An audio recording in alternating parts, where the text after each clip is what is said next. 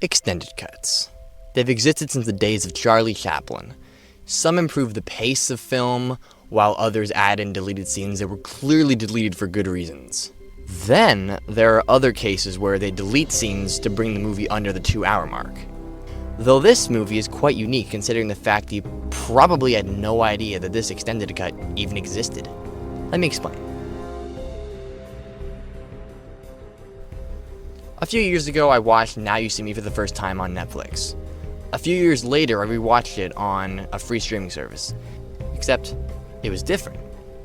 Starting off, the way I remember it was Daniel speaks and it cuts to him practicing with a nice speech about perception and how magicians use audiences' attention to distract them, followed by a shot of the city with text telling us where it is, then followed by Daniel doing a trick.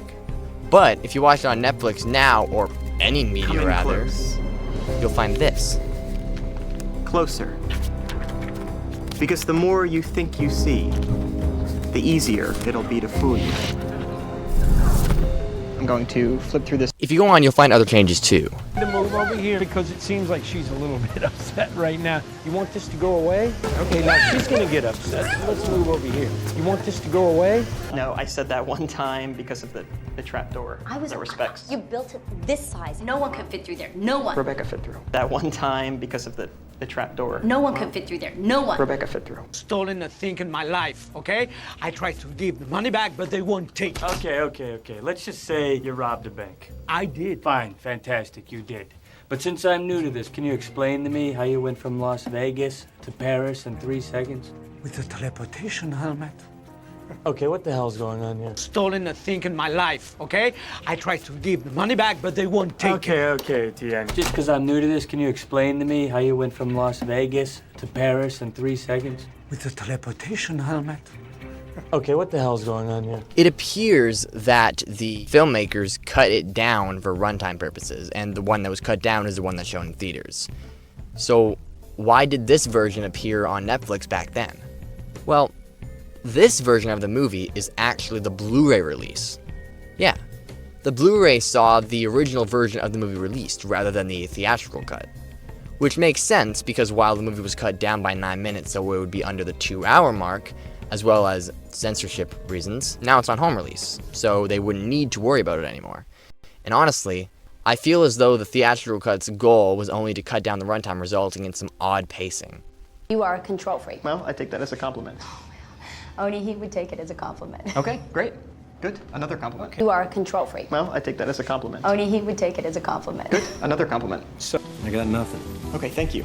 Thank you for the delay. I'm just trying to create the space for wisdom. Okay, so you're like Buddha, if he wasn't so enlightened. Oh, and you're like Jesus if he was arrogant and all of his miracles were fake. Okay, lovebirds, get a room. Danny, be honest. I got nothing. Okay, thank you. Thank you for the delay. I'm just trying to create the space for wisdom. Danny, be honest. Don't ever tell me to stay in the car, ever. I didn't have tactical command. If you don't trust me, just tell me. Promise me next time you will back me up. Can we have this conversation later, please? No. Okay, fine, I promise. Now go! Don't ever tell me to stay in the car, ever. Fine, now go! But then there are other instances where the literal scene is different. For example, after an extended introduction to Thaddeus Bradley, we have him and Dylan sitting on a couch where he displays a cheap magic trick before the scene goes on. Now you'd probably be thinking that the theatrical cut would delete the initial introduction to Thaddeus, right? As well as the wine trick with the few lines deleted.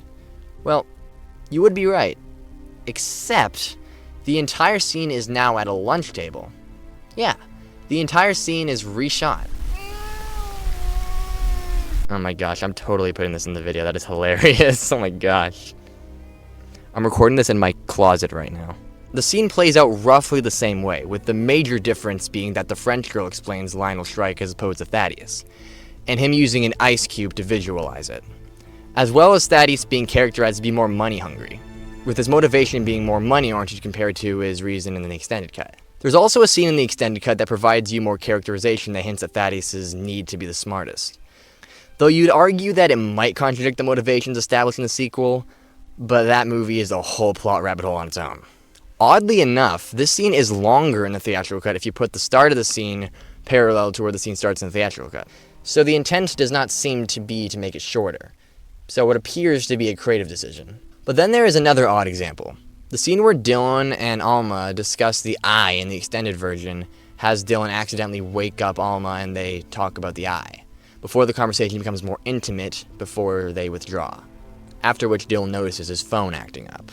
Then we have the theatrical cut where it now takes place during the day and the romantic part of the conversation plays out a lot clunkier, and their advances are interrupted by the phone ringing, as opposed to them just deciding not to go further. Now you could make the argument that these scenes are shorter, but again, it only takes 30 seconds of screen time less than the original.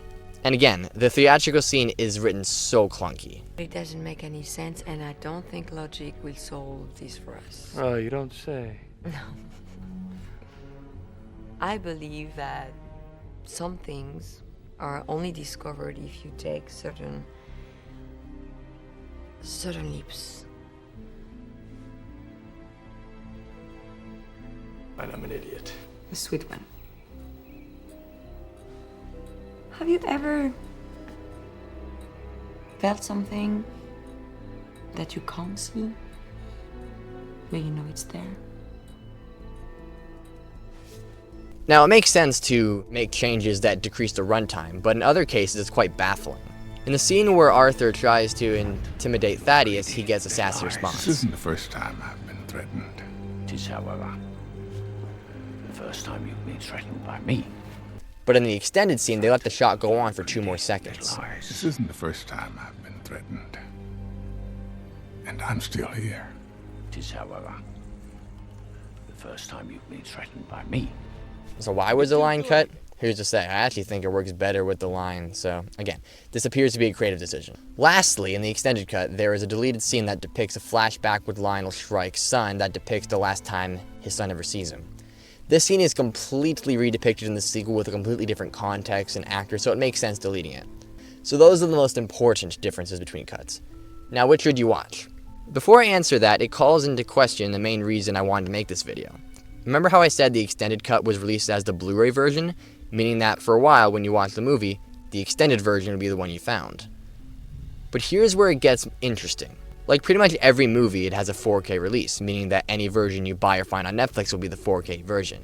The odd part is, when you watch the version they released in 4K, it's the theatrical release, which is weird considering the original reasons they made the theatrical cut was to make it shorter for theater playtimes and of course, censorship reasons. But that problem no longer exists because everything can be viewed through streaming. And considering the most popular media right now is Stranger Things, I don't think runtime is an issue. Because if you ask me, the proper version of the movie is 100% the extended cut. Now I actually did some research trying to figure out what was going on. And after an extended period of digging, I eventually found absolutely nothing. So that means I need to venture into the exciting world of speculation. Considering all the facts I know, I've arrived at the only conclusion that makes any sense. The scene in the extended cut where Lionel Shrike says goodbye to his son gets completely contradicted by the sequel, as I've said, one of the many things that movie contradicts. So if you're a studio making a 4K release of Now You See Me, how do you do it? Option A, go back and re-edit the extended cut to not include the scene. Or option B, use the chopped up theatrical version. Any guesses, anybody? Okay, to the guy who said option A, congratulations, you're hilarious. Because of course they picked option B. I have no actual way of proving this, but it's the best explanation I have. So with that being said, again, I recommend you watch the extended cut. Other than the continuity error caused by the sequel, this version is literally just the proper version of the movie. Now you may be wondering how you could watch this. And that would be a complicated question. Because most media you'll find is the theatrical version, the 4K version. The only way I can find this is on YouTube. If you go on YouTube and look up the movie, you'll find the extended cut. So from what I found, this appears to be the only way to watch it for those of you who seek to avoid alternate methods. But the real question is, who cares? The movie is still fine, so who cares which version you watch? Obviously I do because I'm a nerd. And by proxy, you, because you've watched this video all the way through. So congratulations, you're also a nerd.